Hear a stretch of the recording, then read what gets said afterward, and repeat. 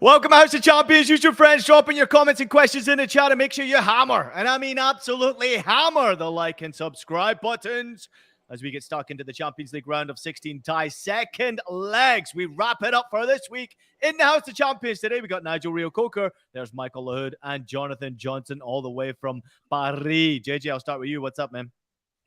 Yeah, obviously, could be better from a PSG point of view, but no. Otherwise, looking forward to a holiday and some time off from you guys and also from the team that regularly makes me suffer around this time of year. Yeah, you're not the only one that needs a holiday or a vacation away from Nigel Rio-Coker. Speaking of Nigel Rio-Coker, how you doing, mate? Ian, back at you, mate. There's something not quite right at Bayern Munich. Bearing in mind, they've gone 8 wins straight in Champions League, undefeated. But there's something not quite right there. But yeah, we listen to you. Sounds like you need a vacation as well, Nigel, right there. Either that or you've already got stuck into the bevies. Michael Laird, how you doing, buddy? Games today, not necessarily the best of action. I was a bit disappointed, and we were talking about it before jumping on the show. A bit of a letdown in terms of the action we were hoping for, but just kind of want to get stuck into this one because PSG Bayern are the talking point. Yep, let's get stuck into it today. Bayern Munich got the victory over Paris Saint-Germain. Really great finish from choupo-moting, 61 minutes in, 17th goal across all competitions. 4 in his last 4 games consecutively, 4th Champions League goal of the season.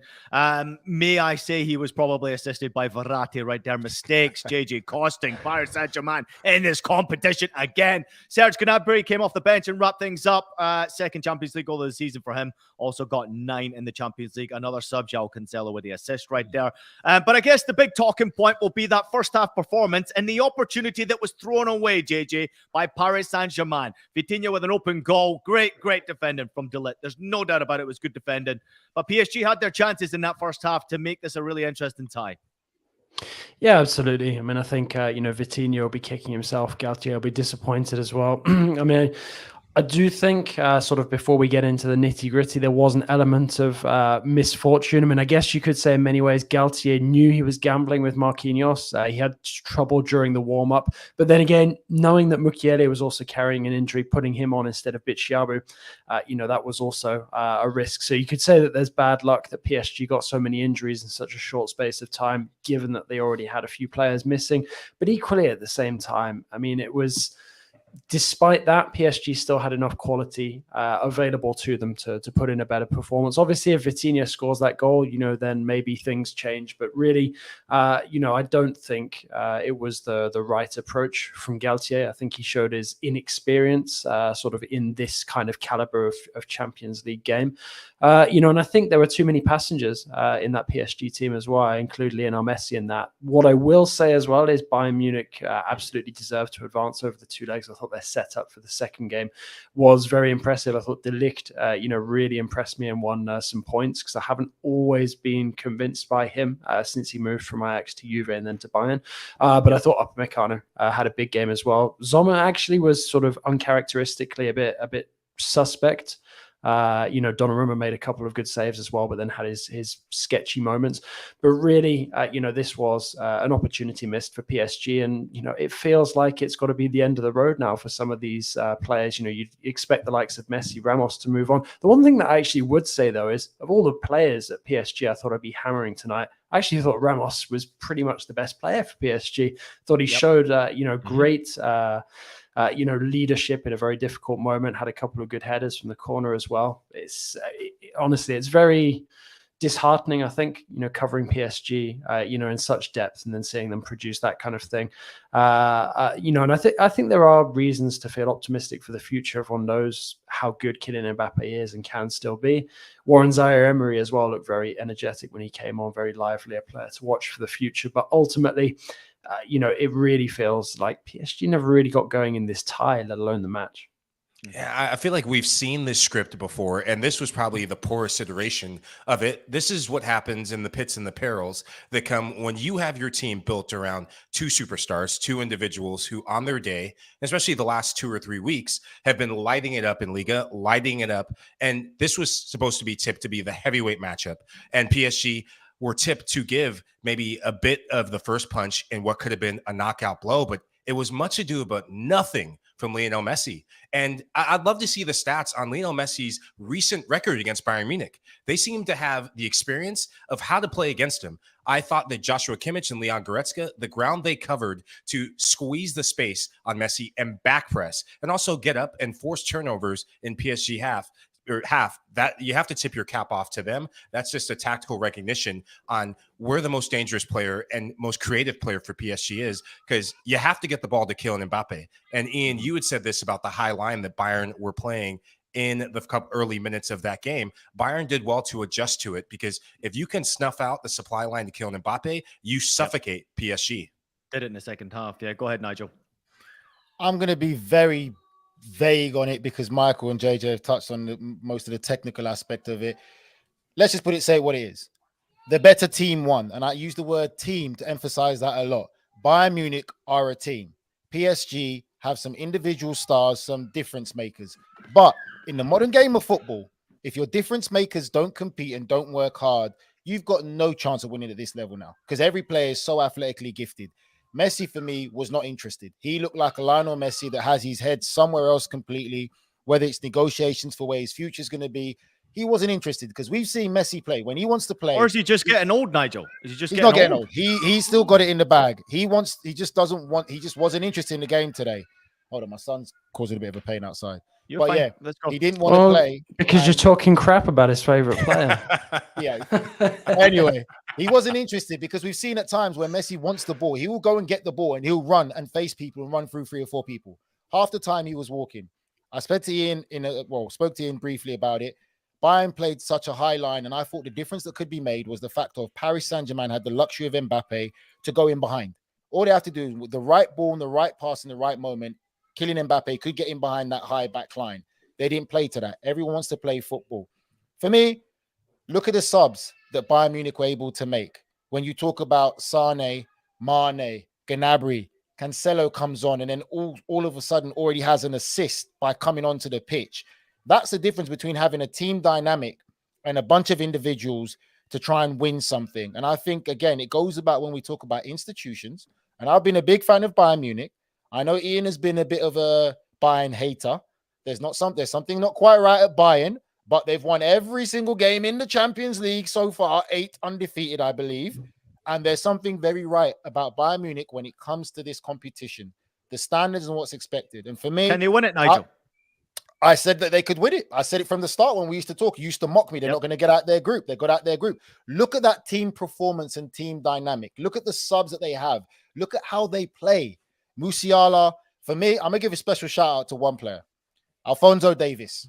I forgot how good this young man was. He was sensational today. And we talk about top fullbacks, top wingbacks.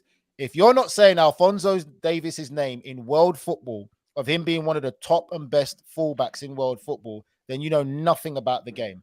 Because how he played today, for me, he was sensational. And he, for me, is one of the players in this CONCACAF region with potential that could actually be World Player of the Year one day. He's got the most ability I've seen from this region. He's certainly is that the CONCACAF region that produced Mike Lahoud's Austin FC that got spanked by those part-timers? He is certainly a raw individual when you look at Alphonso Davies in the way that he performs right there. And I, to be honest with you, to back you up there, Nigel, I don't think he knows himself how good he actually is, Alphonso Davies. And at times, what I'm waiting for him is I'm waiting for him to be a bit more selfish, because he has these 1v1 situations, and a lot of the time he's looking for Muller, he's looking for Kimmich, and he's looking inside to see where choupo-moting is. And I'm waiting for him to just absolutely burn Hakimi. I thought the battle, especially in the first half, was really fun to watch, because Hakimi was going forward. And in the second half, credit to Hakimi, obviously a lot going on off the field for him. In the second half, he went and played, and he was one good outlet for PSG, but he was probably the only good outlet for PSG in that second half. But Alphonso Davies handled it so well, and offensively, always a good outlet, always dangerous. I would love to see him be a bit more selfish, because I think there's more goals, there's more assists to come from Alphonso Davies going forward. Go ahead, Nigel. You know what, Ian? Like you said there, and I think he's got the ability. He's got the footballing brain. He's got everything. What he needs to have, like you said, is that belief in himself where it's arrogance. He's got to start to see himself now to say, I am one of the best fullbacks in world football. Hakimi has it. You could see Hakimi has it. But I feel, for me, Alphonso Davies in that position is one of the players in world football who can impact a game beyond anything. We talk about Reece James, you talk about Hakimi. Alphonso Davies's name should be up there, and I personally believe he could be one of the players that has the potential from this region to be World Player of the Year one day. Wow, those are bold words, and he could very well back that up, Nige. But I want to go to the middle of the park and really higher up the field. I said it previewing this game. Who did I say was going to make a difference? Choupo-moting. Thank you. It just had to be Eric Maxime Choupo-moting. So much has been said about who's going to fill the goal void of Robert Lewandowski, and he's done it in a different way. He's done it in crucial matches, but you look at how he plays. He does the simple things well. He stays between the two center backs, or three for PSG today, typically two for most opposing teams, and he knows that he's in a team that if he makes smart runs, if he plays off the shoulders of defenders, he will get the right service, and he did, and you couldn't miss that one. If he did, he'd go back to Stoke. You know what, as well, what's funny, there's a good stat out there. 5 of Bayern's last 6 goals against PSG, because they have come up against each other fairly regularly over the last couple of years, scored by ex-PSG players. Choupo's got 3 of them now. Coman's got 2 of them. Yeah. Mad. I mean, that's incredible, right? 5 of the last 6. I mean, that's insane. But something else that I wanted to say as well, and I don't think he gets the credit because obviously he's not established yet as a regular starter for Bayern. I was really impressed with Stanisic. I thought PSG would target him, go for him, get through him, and find a way to Bayern's goal that way. They didn't, and I think he really shut down, PSG on that left-hand side, because at the end of the day, we were talking earlier about how Hakimi was one of the better outlets for a very poor PSG side on the night, without being able to get Nuno Mendes into the game as they were the first leg. I thought that was a really, really important touch, tactical touch by Nagelsmann, and one that he deserves credit for, because not many managers would be prepared to sort of risk their reputation on Stanisic, because let's not forget, if Nagelsmann and Bayern had gone out at this stage, there would have been massive question marks about Nagelsmann's ability at this level. JJ, Nigel, you got anything to add? Yeah, I was just going to say to JJ, I was having a discussion with someone. I said, for me, when you look at the youngsters that Paris Saint-Germain have, they have something special. They've made mistakes in the past because, again, the quick turnaround of managers, the expectancy that's been put on these managers. Some managers might not like a player, and they've sold so many, like you said, talented ex-Paris Saint-Germain players. Imagine if they actually did a project where they kept these young players together and made this team, Mbappe's team, with some of the young talent they have, get them the experience. They could be a force down the line if they stop this turnaround. I'm very impressed with Mendes, already the fullback for them, and the young lad that came on, number 33. He had an absolute instant impact already in the game. You'd have been better off starting him than Lionel Messi. You just looked like he wasn't interested. No, you'd be better off with him than Verratti. Yeah, but then, exactly. But then I know people. I think it's a fair shout. And I respect what Messi's done and everything like that. But at the end of the day, if you're a Paris Saint-Germain fan, you have the right to be upset. Yes, you've got one of the world's greatest players to play the game, but he was non-existent today in one of the big games when you need him to show. And the same performance, you look at how he performed for his nation, Argentina, to how he performed for Paris Saint-Germain today in one of the big games. You got to be pissed. You have all right to be upset being a Paris Saint-Germain fan. That's unacceptable. JJ, before you jump in here, is there a possibility that we don't see Messi play in the Champions League again, and this might be his last season at Paris? I mean, I think that has to be, because PSG have some big decisions to make now. The financial fair play issue is not going to go away. I mean, I think despite the fact that he was decent tonight, Ramos will be off. I don't see the interest really for PSG in keeping him on beyond the end of this season. And Messi is the obvious other candidate as well. Let's not forget they've got Skriniar coming in, so somebody who's going to be at a good level, for the next couple of years and really provide a boost to that defense. Is that enough to change this PSG side? No, it's not. But I think they probably need to get a little more radical now in terms of the players that they look to start moving on from, because it's not just about sort of what they're able to bring on the pitch or what they don't bring on the pitch in these big games. It's how effective mentally they are now. I mean, okay, he got really unlucky and being forced off injured, but how many times has Marquinhos been part of, these massive exits in Europe now, Verratti too? That's stuff that you really have to consider when you're trying to build a successful squad and one that you want to go and win things. Ultimately, I don't think that means that PSG will move on from them, but it is something that needs to be considered. But, the opportunity is there to move on from the likes of Messi and Ramos. And if PSG don't, then, I think that's a big step backwards. I think this now has to be the wake-up call. What Nigel was saying earlier about, potentially embracing the talented young players coming through, I think it's something that PSG definitely needs to do. There's no guarantee that this next generation of players are going to be quite as good as the likes of Nkunku and Diaby, but those are guys who have had to leave PSG in order to burst through.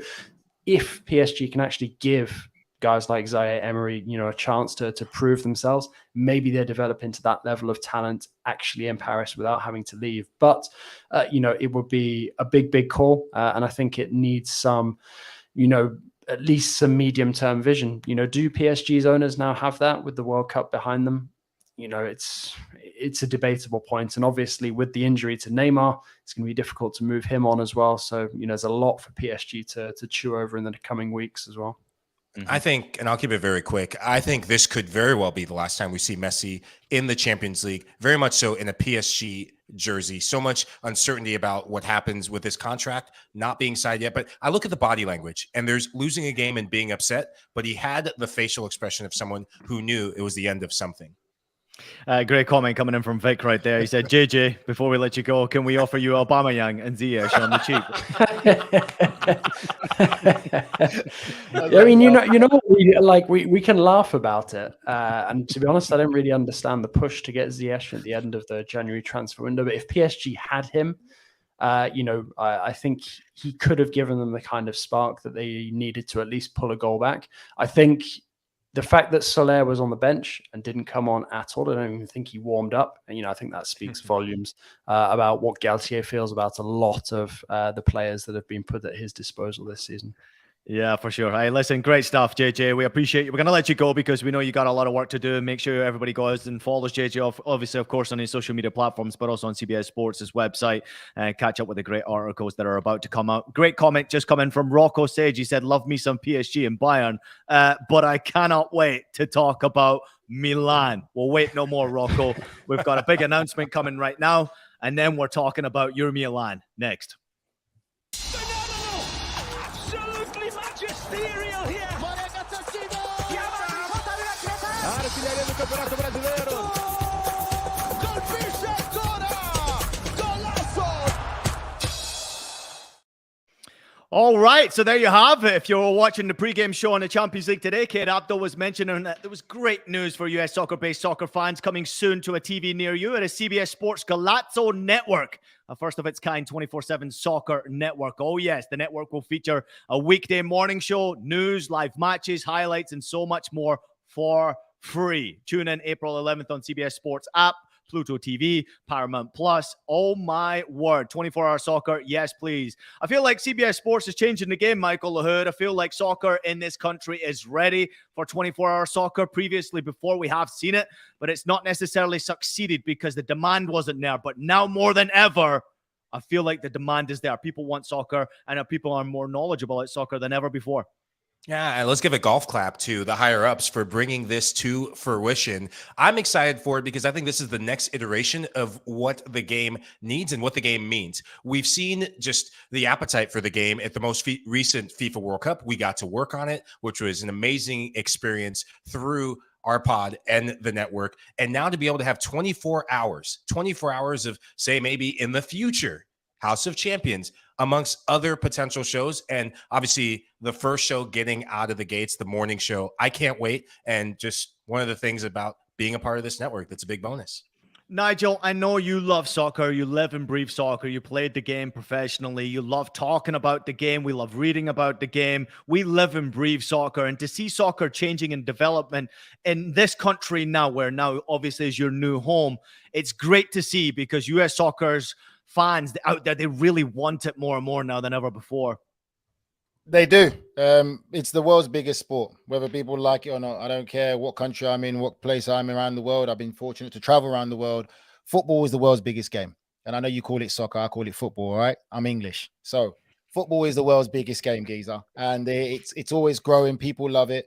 I still feel, obviously, being over here now, living over here and all that there's still room to grow in educating people about the game. And that's what I think I love to do, is educating the game, analyzing, because there are a lot of coaches and managers involved in the game over here that are living a great life without really actually educating these kids to be the best they can be. And I think what we do as well, how we talk about it and point certain players out, you can see the difference. Well, 24/7 soccer is coming your way April 11th on CBS Sports app, Pluto TV, and Paramount Plus. 24-hour soccer, man. Give it to me. Oh, Football. yes, baby. All right, football. Let's get back into the Champions League, guys. So you're watching House of Champions. It's Tottenham against AC Milan today. Michael Uhuru, it was a bit of a sleep fest. I'm not going to lie. Didn't watch this game as much as I was watching Paris Saint-Germain against Bayern Munich. But this one was job well done for Milan and their fans out there. They traveled in good support to London. Milan got the job done. Tottenham nowhere near at the races to even look like scoring a goal against this Milan side. Really big success for Milan to get it done over 2 ties. I think it's the first time in 11 years that Milan back into the Champions League quarterfinals. And it just feels right to have a club like Milan at this stage and almost rekindling what was for soccer back in the early 2000s when Serie A and a club like Milan were the dominant force in European soccer.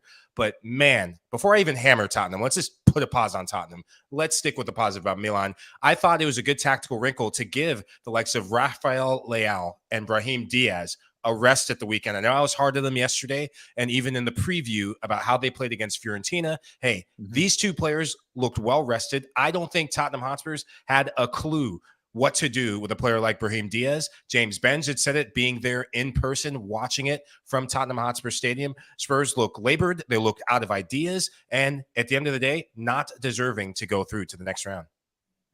Nigel. Do I really have to talk about Tottenham, Ian? Yeah. I'm just going to break the game down for me. The performance by both teams today is exactly what I expected, because if you look at both their domestic form, how they've been this season, they've been upside down. Both teams have been inconsistent. You never know what you're going to get. They haven't exactly been flattering or fantastic. I give credit to Milan. They got the job done. And we did discuss it. And I did say Milan over Tottenham because they were more in the ascendancy than Tottenham. Tottenham, again, like I've said, it's like a box of chocolate. You never know what you're going to get. I would go back to even say AC Milan's performance for me goes to a cultural aspect of the game. That is what you call a typical traditional Italian performance. Hard to beat, dogged, make it difficult for you, play on the counter attack. If we can get a goal, we'll be happy. But that was, for me, a traditional Italian team performance in that game. Tottenham, for me, they just look completely lost as a club right now. They're just all over the place. I don't know if I agree with you 100% there, Nigel. I think that Milan had their opportunities to score goals in this game and really probably should have scored goals in this game. But they didn't play like the front foot attacking as you'd expect them to, straight from the off. Like you sent me the article on Shevchenko. They could have been a lot more aggressive, but they weren't. They were still conservative. But one thing about Italian teams is they're always very hard to beat and break down. And again, we're talking about a Tottenham team that does play a bit of a high line. They had their chances, but they didn't take their chances, Milan. But I think for me, when I look at that overall performance, it just reminds me of what I came across when he was playing against typical Italian sides and the culture of their football and how they play. I'm very happy for Italian sides to be doing well in UEFA competition. Obviously, you can watch it on Paramount Plus as well with the Serie A crew. But AC Milan getting this job done is great for them, in my personal opinion, as champions of Italy. It's massively important for their season as well that they have some sort of success, because it's been a bit of a roller coaster season. And as Michael pointed out, it has been 11 years since they've got to this stage in the competition. The last time they did do so, they knocked out Arsenal in the competition. So congratulations to them. But we must really touch upon the fact that Antonio Conte is really struggling in the Champions League, Michael. He hasn't made it to the quarterfinals since 2012-13 when he was back with Juventus. Is he a problem for Spurs right now? Or what is the problem for Spurs?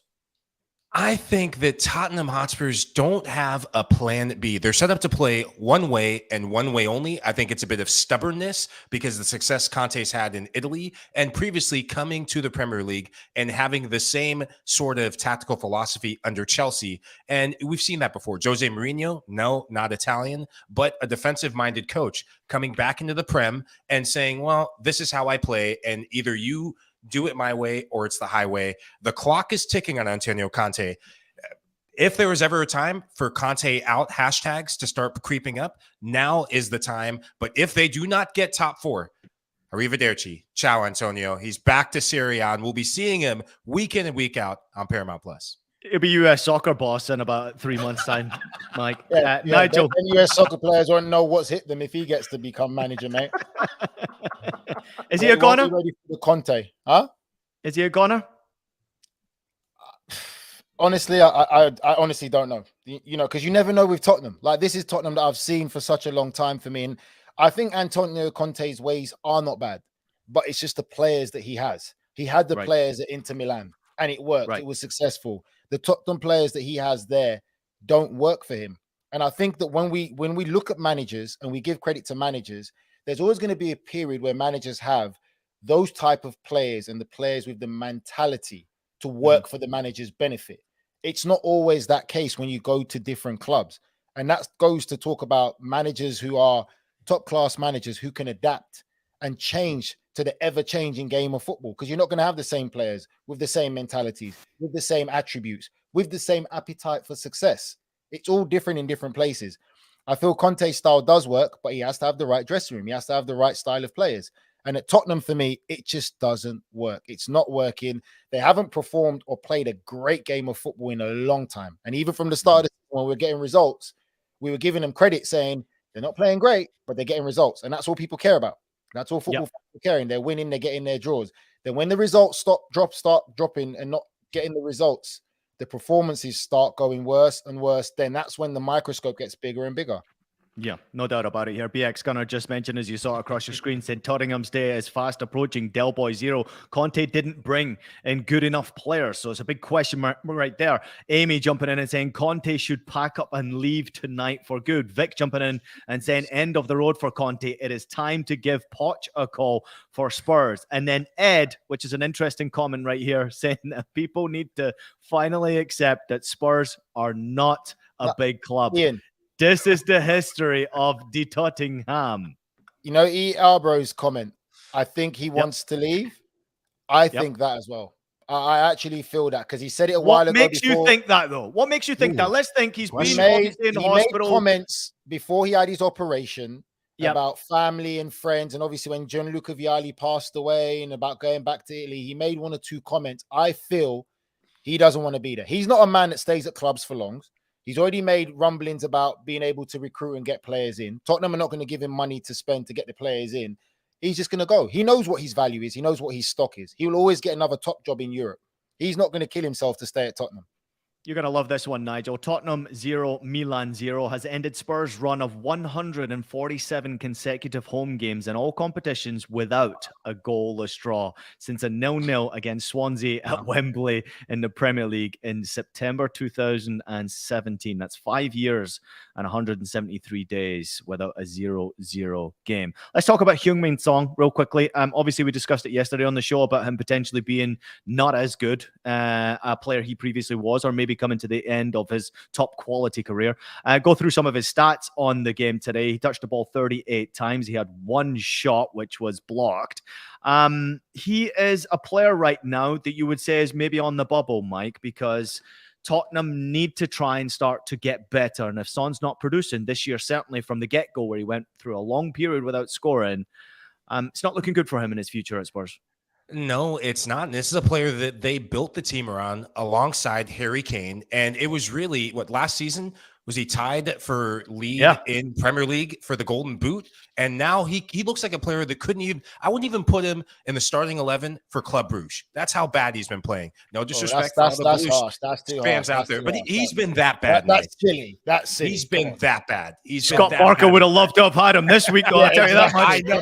I know. No, but the thing that I see from Son is everyone loves, whether you're Tottenham fans, maybe not an Arsenal fan, but when he's playing with a smile on his face, that is a happy Son. And a happy Son Heung-min is a good Son. He has been sad face Son. He's been coming off the bench at different times, rotating between he and Richarlison. I don't think, and I said it yesterday, he doesn't know how to be effective. I don't think this system that Conte has him in gets the best out of him. I would put him in a front 2. When he's gotten his goals this season, it's been playing as a strike partner with Harry Kane in the 3-5-2. He hasn't been playing that regularly. Now, do you have anything to add on Son there, or can I turn my attention to Harry Kane? Son needs to go. He needs to play higher up the pitch. The system and the style that Conte plays doesn't work to get the best out of Song. And right now, I see a player that's lacking a tremendous amount of confidence and belief in himself. And like you said, there's a difference when you play with a smile on your face. I could tell you the times when I became too professional and things didn't work out for me on the football pitch. I'm not going to say what I used to do on the pod to get my groove back, but I did a few things to get my groove back. Song needs to find his groove. But not I in the think for me, games, though, right? Surely not in the morning of games. Not in the morning of games, but throughout the week before the games, yeah. So every day, Monday, Tuesday, Wednesday, Thursday. I'm just going to tell you. I'm just going to tell you. One time that happened to me before a game, and I probably lasted about 13 minutes before I was absolutely gassed in the game. I thought I'll never ever do that again. I'm sure everybody out there can understand. It wasn't that. I don't know what you were doing. I was talking about something else throughout. Like my things happened in the nighttime, but it was. I was talking about having a few beers. What were you talking about? That's how I got my groove back. But anyway, yeah. Do you know what? I think now might be the right time for Song to go somewhere else and to kind of be the main man or be one of the main men. On that note, Nigel, can I turn this comment to you as well? Colm jumps in. He says it's crazy the crap that Kane gets. Man can only do so much. In my opinion, he needs a new goal and a fresh start. So is that the same case for you for Harry Kane? He's at Tottenham. He's not winning much silverware. Should he go somewhere else? Because I tell you right now, freaking hell, man, he would just absolutely love to play for Bayern Munich. I'm just going to throw it out there. I knew you were going to say it. I've said it before, but for me, listen, any Tottenham fan, any real football fan with common sense cannot be upset if Harry Kane leaves that club. He's been a loyal servant. He's the club record goal scorer. He's done all he can to win. Tottenham haven't done well enough to put the pieces around him to make them successful. Being a Harry Kane and having a goal scorer clinical like that to score inside, outside the box, we've also been able to assist in goals. And you can't win championships and titles. And you look at some of the rivals you're competing against and how they're struggling for a goal scorer. You got to be happy for him to go. He's got to go now. He needs a fresh start at another club where he's going to have the ability to win things and be successful. I think Bayern Munich will be a great fit for him, but the old English dinosaurs and English people would think, oh no, what's he going there for? It's only a one-team league. Yeah. Well, look at what Bayern Munich are doing in Champions League football. So look at the league. For me, and the league as well. I think it's time for him for a change, but obviously I know there's interest for Manchester United and everyone there wants him to go to Manchester United. And I think he can be a big difference maker there again at Manchester United also. Yeah. ML, real quickly, 20 seconds. Let's go. I think it's time for him to go. Get rid of Conte, Harry Kane. There's a club further up north. We're building something. If you want the League's Cup, we'll win that year in and year out. And then you get Manchester Tonk 7-0. Yeah, Oh, you get Jesus. Tonk 7 by Liverpool. Stick that in your pipe. All right. Oscar saying that Kane would be amazing at Real Madrid. Amy saying Kane has a sad face like Son. Bundesliga team for Kane would be pretty nice. Manchester United would be a better move because at Bayern, he would not be rated, says Del Boy. And Kishwan jumping in and saying Kane to Chelsea. And then this is the last one. Del Boy says Nigel Real Poker. What? Interesting right there. I know, poker face after not revealing. You saved it for House of Champions after hours, huh? Or if we make it onto the 24-hour channel. We'll be 24 hours. We'll have a show at 3 o'clock in the morning. Never mind that. All right, we're going to take a quick break. Boys, we'll be right back. We'll have a quick turn our attention to the Europa League. House of Champions will be back in just a quick second. Welcome to the UEFA Europa League on Paramount Plus. What a night! Your home for more ultra-competitive, world-class soccer. Where Europe's elite and soccer's Cinderellas pump out that one-of-a-kind white-knuckle excitement that grows with every cut, every cross, and each and every... The UEFA Europa League, streamed every match live exclusively on Paramount Plus. Well, don't miss a second of the action from the greatest club competition on earth. That is, of course, the Champions League. Follow the biggest stars from the world of soccer like Lionel Messi out of the competition, Karim Benzema, Victor Osimhen, and Erling Haaland as they try to clinch the most prestigious prize in the beautiful game. Stream every single match from the Champions League and Europa League live only on Paramount Plus. Try 1 month for free with the promo code ADVANCE, which, of course, Lionel Messi did not do. Oh, yes. Welcome back to House of Champions, everybody. Let's turn our attention to the Europa League. It is the round of 16 first leg matchups. Here's a quick reminder of all the schedules.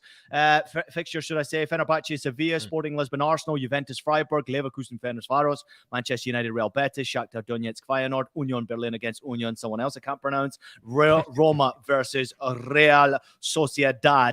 Michael, come to you first on this one here. As the fixtures continue to ring off here, Betis against Manchester United. Your thoughts on the game? United need to react, right? It is the sort of game where they have no choice but to react.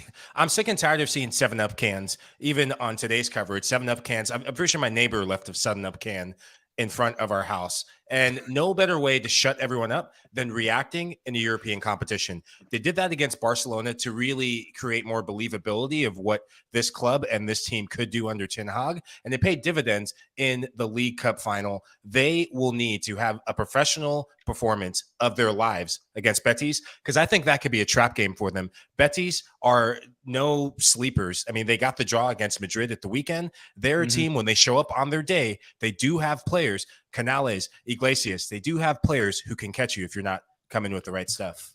Nigel, I'm sure you've been pumped 7-0 at least once in your career. How do you react to that if you're a Manchester United player? How do you react to that? Mate, you want the next game to come as quickly as possible. So they're lucky that they've got this European game, because it is horrible when you lose like that. And the fans and everything. Thank God we did it in the days without social media, because if we did it in the days of social media, I probably would have been arrested and put in prison, because I'm not the one. But I've had that feeling before, and it's horrible. You cannot wait for the next game to come. I'm telling you, like it's a very dark place if you really care about football and you really care about your own personal pride. So again, like Michael said, they're going to have to have a reaction, because they know that everyone's going to be watching this game. Even if they're not a Man United fan, they're going to be watching to see. Oh yeah, we can't wait to watch this game just to see that type of reaction there. Sporting against Are we not talking about Arsenal? I just want to ask you right there. I was coming to you about Arsenal, and it's a tough one for them because they're in Lisbon against Sporting. And after that high that they just experienced, scoring a late goal, 97th minute against Bournemouth at the weekend, you would expect them to go in with confidence and win this game. But this is a tough one. It's a tough one. It's a very tough one. Again, it's the emotional roller coaster that they're going through, Ian, that we spoke about. That how many times they're going to keep doing this now for this race for the Premier League title? They've still got to play Man City again. They're still probably going to face some bumps in the road. And then now, obviously, it's going to be, what are you going to prioritize? Is it going to be the Premier League, or is it going to be this European competition? So that's going to be very interesting.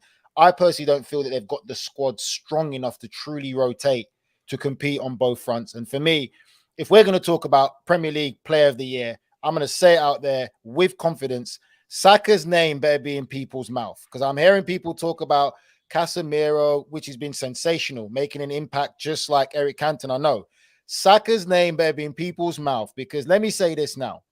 Saka's form has been sensational.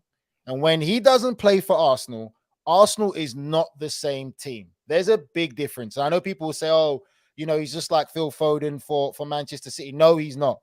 Saka is the heartbeat of this Arsenal team. That is why most players kick the crap out of him every match that he plays.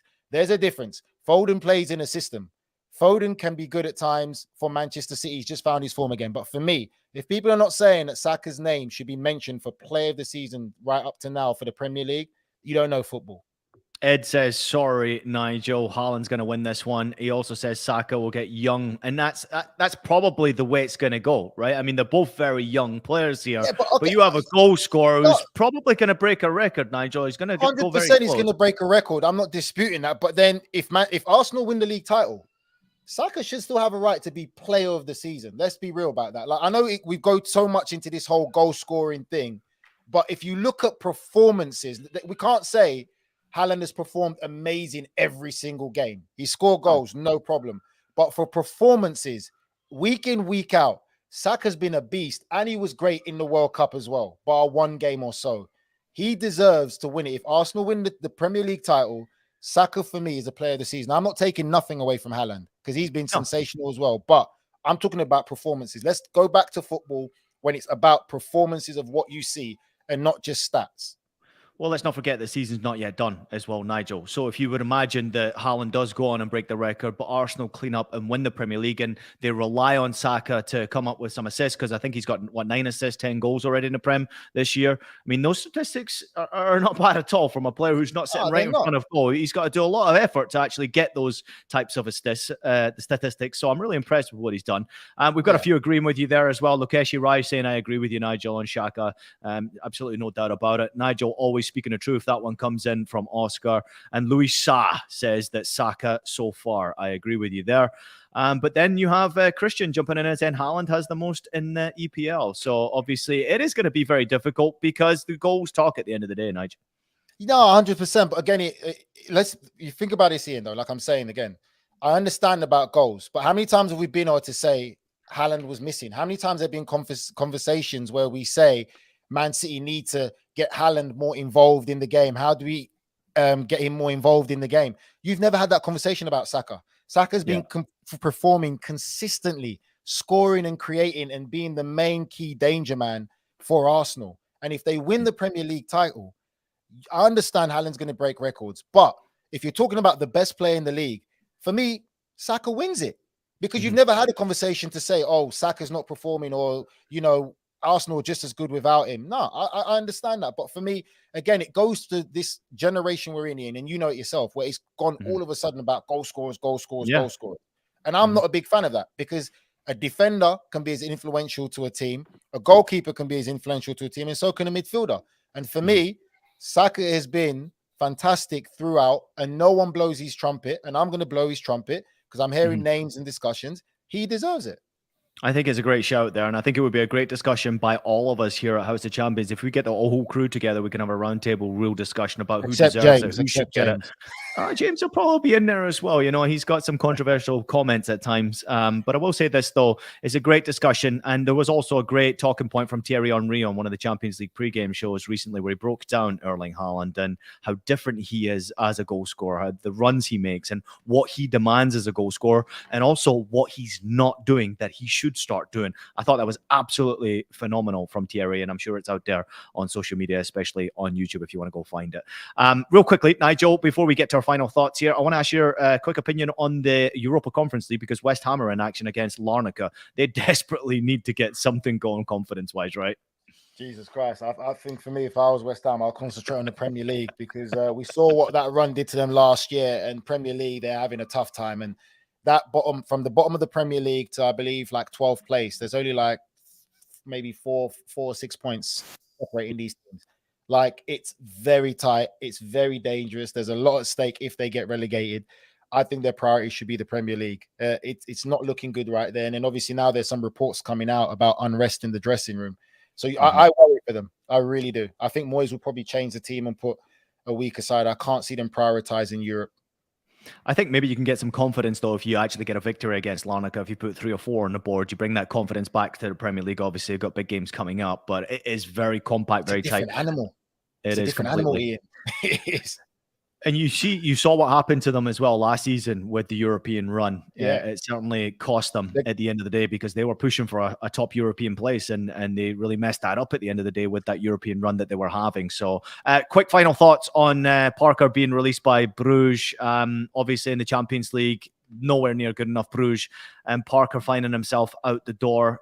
Correct decision. Obviously he's been really struggling. 67 days he had in the job at Bruges. It was obviously a risk going there, Nigel, but at the same time, you have to question how on earth he got that job. I don't have to question it. I know how he got that job. I see it all the time with players that I played with previously and played against previously, and how they keep getting jobs left, right, and center. And players of ethnic minority and players that I know who have qualified, have all the licenses, can't get an interview for a job. So, good luck to him. He had the job. I personally don't understand it. For me, I was one of the different younger ones who actually played outside of England. I wasn't scared to go abroad, and, I integrated a lot with foreign players and learned a lot about the game from different perspectives. And for me, I didn't understand how he got the job. He's never played outside of England. So for me, it's great he got the job, but obviously I just don't think he was prepared enough to know enough about Belgian football, and maybe if he could relate to that dressing room. And I think for me, managers in this day and age of football, Ian, and you know it yourself, with how the dressing room has changed so much now, you have to be a people's person. You have to socialize with different cultures and different people to understand the different dynamics of players that you're going to deal with. That's the big difference in the modern game of football management now. You can't be the old school way. And I'm not saying Scott Parker is. No, but for sure. A lot of it also is, regardless if you're an introvert, which I always remember Scott kind of being. He was very quiet, kept himself to himself, which is nothing wrong with that. But you're still going to be into management and be a leader. You need to understand and talk to other people and have friends of other cultures and different nationalities and different beliefs and stuff like that, that you have to manage them all together. Yeah, no doubt about it. Real quickly though, now since you've left, obviously professional soccer, professional sports in general, do you find politics bleeds into life as well? Now you're working in the media as well. I mean, politics pretty much is all over the place, right? Listen, even when I was a professional football player, you know, I wasn't your so-called typical football player. I read books and I loved philosophy and human behavior and therapy and all those type of books. For me, psychology. Sorry, that's what I was looking for. Psychology. Politics is everywhere, regardless whether people like it or not. In every industry, even being in the media industry, politics is everywhere. And you have to learn that life is not checkers. It's chess. And there's certain decisions that you make, or there's certain positions you're going to put yourself in. And you've got to be comfortable to handle those positions and what comes with it. And I've seen it and I'll continue to see it. And again, you know, I would love to see football really try and reflect what we see on the pitch. Of all different national, it doesn't become now a thing where we talk about African players or, you know, black managers, and we have to say the word black before managers. That I just want football to reflect what we see on the pitch. I'm tired of having to discuss lack of black managers, lack of opportunity, lack of black faces in media, and discussing football and showing that they know the game and can read the game and see what is happening and be able to give you into an understanding part of the game. And it's just boring now for me. You know, you just want just the governing body to make more of an effort and the people just to really see footballers. That makes no sense. Yeah, just talking too much now. No, listen, I appreciate it. Obviously, I love to get that passion out of you at times, bring up the subjects that does get you going. And I think it's important to have these discussions regardless. And when we have a platform like this where there's no cutoff time and producer Des is saying, let's get the hell out of here. Yeah, Des is tired of my rant again. Des is like, well, let's go. I've heard it before. All right, just a reminder to everybody out there, we will be back on Thursday, 9 a.m. Eastern with Fabrizio Romano. The boys will be up there for it. I want to thank everybody out there for listening to House of Champions. Please take a minute to leave us a rating and review on your favorite podcast platform. We're available on Apple Podcasts, Spotify, Stitcher, and anywhere else you listen to your podcast. Also available as video, so subscribe to us on YouTube. And for everybody out there, we actually kicked Michael Lahoud out there because he had dodgy internet, so that's why he disappeared. So if you're making your run and you're like, where's Michael Lahoud? Now you know why. His internet was dodgy, but myself and Nigel Rio Coker have paid our bills. We're good to go. We'll see you again Thursday, 9 a.m. Eastern. Love you guys. Keep the love. Love you guys.